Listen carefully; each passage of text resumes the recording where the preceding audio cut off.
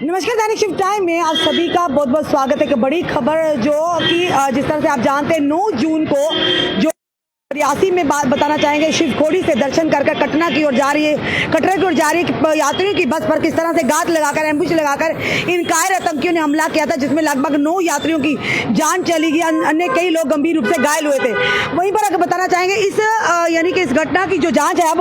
NIA करेगा, यानी कि नेशनल इन्वेस्टिगेटिंग एजेंसी अब इसे यानी हाथ में लेगी। अब इसके द्वारा जो कि पूरी जांच की जाएगी। पूरी खबर क्या बताना चाहेंगे आपको, रियासी बस आतंकी हमले की जांच NIA करेगी, बड़ी साजिश की जांच करेगी। यह बताना चाहेंगे आपको, सूत्रों के अनुसार बताएंगे जून 9 को रियासी की में तीर्थ यात्रियों की बस पर हुए हमले की जांच केंद्र द्वारा राष्ट्रीय जांच एजेंसी को सौंप दी गई है। सॉरी बताना चाहेंगे केंद्रीय गृह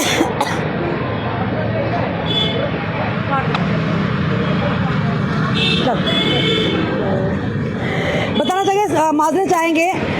केंद्रीय गृह मंत्री अमित शाह की अध्यक्षता में रविवार को एक उच्च स्तरीय बैठक हुई, जिसमें यह निर्णय लिया गया कि अमित शाह ने सेना, अर्धसैनिक बलों और खुफिया एजेंसी को कश्मीर घाटी में आतंकवादी विरोधी सफल अभियानों को जम्मू क्षेत्र में दोहराने का भी निर्देश दिया है। अपनी जांच शुरू करने के बाद NIA ने कथित तौर पर यानी बताना चाहिए जम्मू कश्मीर पुलिस से जांच का कार्यभार संभालते हुए अपनी समय की प्रथम सूचना रिपोर्ट दर्ज कर ली है, यानी FIR दर्ज कर लिया। और बताना चाहेंगे आपको, ये हमला तब हुआ जब आतंकवादियों ने कटरा में शिवखोड़ी मंदिर से माता वैष्णो देवी मंदिर जा रही 53 सीटों वाली बस पर गोलाबारी की, जिससे बताना चाहेंगे बस सड़क से उतरकर पौनी इलाके के तेरपंथ गांव के पास गहरी खाई में जा गिरी। बस में उत्तर प्रदेश, राजस्थान और दिल्ली के 3 यात्री सवार थे। इस घटना में 9 लोगों की जान चली गई और 42 लोग घायल हो गए थे। बताना चाहिए अधिकारियों ने बताया कि NIA ने एक बड़ी साजिश से संभावित संबंधों की जांच करेगी, जो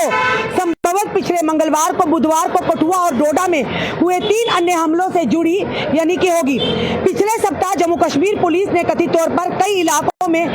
लोगों से पूछताछ की है, जिनमें से हमलावरों की सहायता के यानी कि संदिग्ध लोग भी शामिल हैं। रविवार को बैठक के दौरान गृह मंत्री अमित शाह ने स्थानीय खुफिया नेटवर्क को बढ़ाने, आतंकवादी सुरंगों का पता लगाने और साथ ही साथ ड्रोन घुसपैठ से निपटने के लिए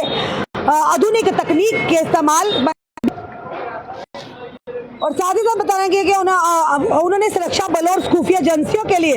सुव्यवस्थित समन्वय के साथ मिशन उन्मुख तरीके से काम करने की आवश्यकता पर भी प्रकाश डाला है। लगातार आपने देखा था पिछले दिनों किस तरह से आतंकी सक्रिय हो रहे थे जम्मू संभाग के अलग अलग क्षेत्रों में। सबसे पहले उन्होंने रियासी में जिस तरह से शिवखोड़ी भोले बाबा के शिवखोड़ी रियासी जो दर्शन करके माँ वैष्णो देवी के दरबार में जा रही थी, बस पर हमला किया घात लगाकर। और वहीं पर अगर बात करें जिसमें 9 लोगों की जान चली गई थी, लगभग 42 लोग घायल हुए थे। उसके बाद अगर बात करें तो कठुआ में किस तरह से उन्होंने यानी कि हमला, वहां पर भी आतंकियों के होने की शंका थी, जिसकी मुठभेड़ हुई और जिसके चलते यहाँ पर 2 यानी आतंकियों को मार भी गिराया था।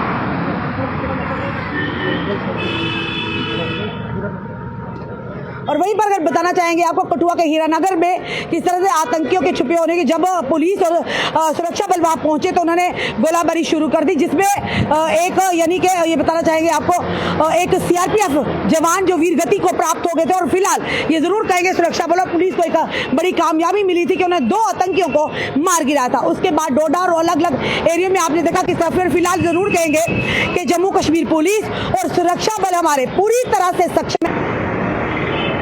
और हर चप्पे चप्पे को खंगाला जा रहा। उसी के साथ अगर बात करेंगे तो इसी के चलते इसी केस के लिए एक बड़ी साजिश की गई थी, किस तरह से एम्बुश लगाकर उन यात्रियों की बस पर हमला किया गया था जो शिवखोड़ी से होते हुए मां वैष्णो देवी के दरबार में जाने वाले थे, जिसमें राजस्थान, दिल्ली और अन्य इलाकों के लोग थे, जिसमें 9 लोगों ने अपनी जानें गंवाई थी और 42 लोग जख्मी हुए थे। अब नेशनल इन्वेस्टिगेटिव एजेंसी को यह केस सौंपा गया, उन्होंने प्राथमिकता यानी कि FIR दर्ज कर ली है और बड़े पैमाने पर यह साजिश की गई थी। साजिश में कौन कौन मुलविस था, कई लोगों को डिटेन करके पूछताछ भी की गई थी। अब NIA द्वारा जो कि अब वो अपनी जांच करेंगे और और इस बड़े आतंकवादी हमले का खुलासा होगा, बड़ी साजिश का पर्दा वो नाकाम करेंगे। हर पहलू को खंगाला जाएगा, हर तरह से कार्रवाई होगी, हर तरह से छानबीन होगी, कौन कौन लोग इसके पीछे है, हर पहलू को खंगाला जाएगा। उसी के चलते अगर बात करें, सुरक्षा व्यवस्था बढ़ा दी गई है, क्योंकि 19 जून को भी भोले बाबा के दर्शन करने के लिए देश के अलग अलग खित्तों से लोग आने वाले हैं, इसीलिए चौकसी और सुरक्षा को बढ़ा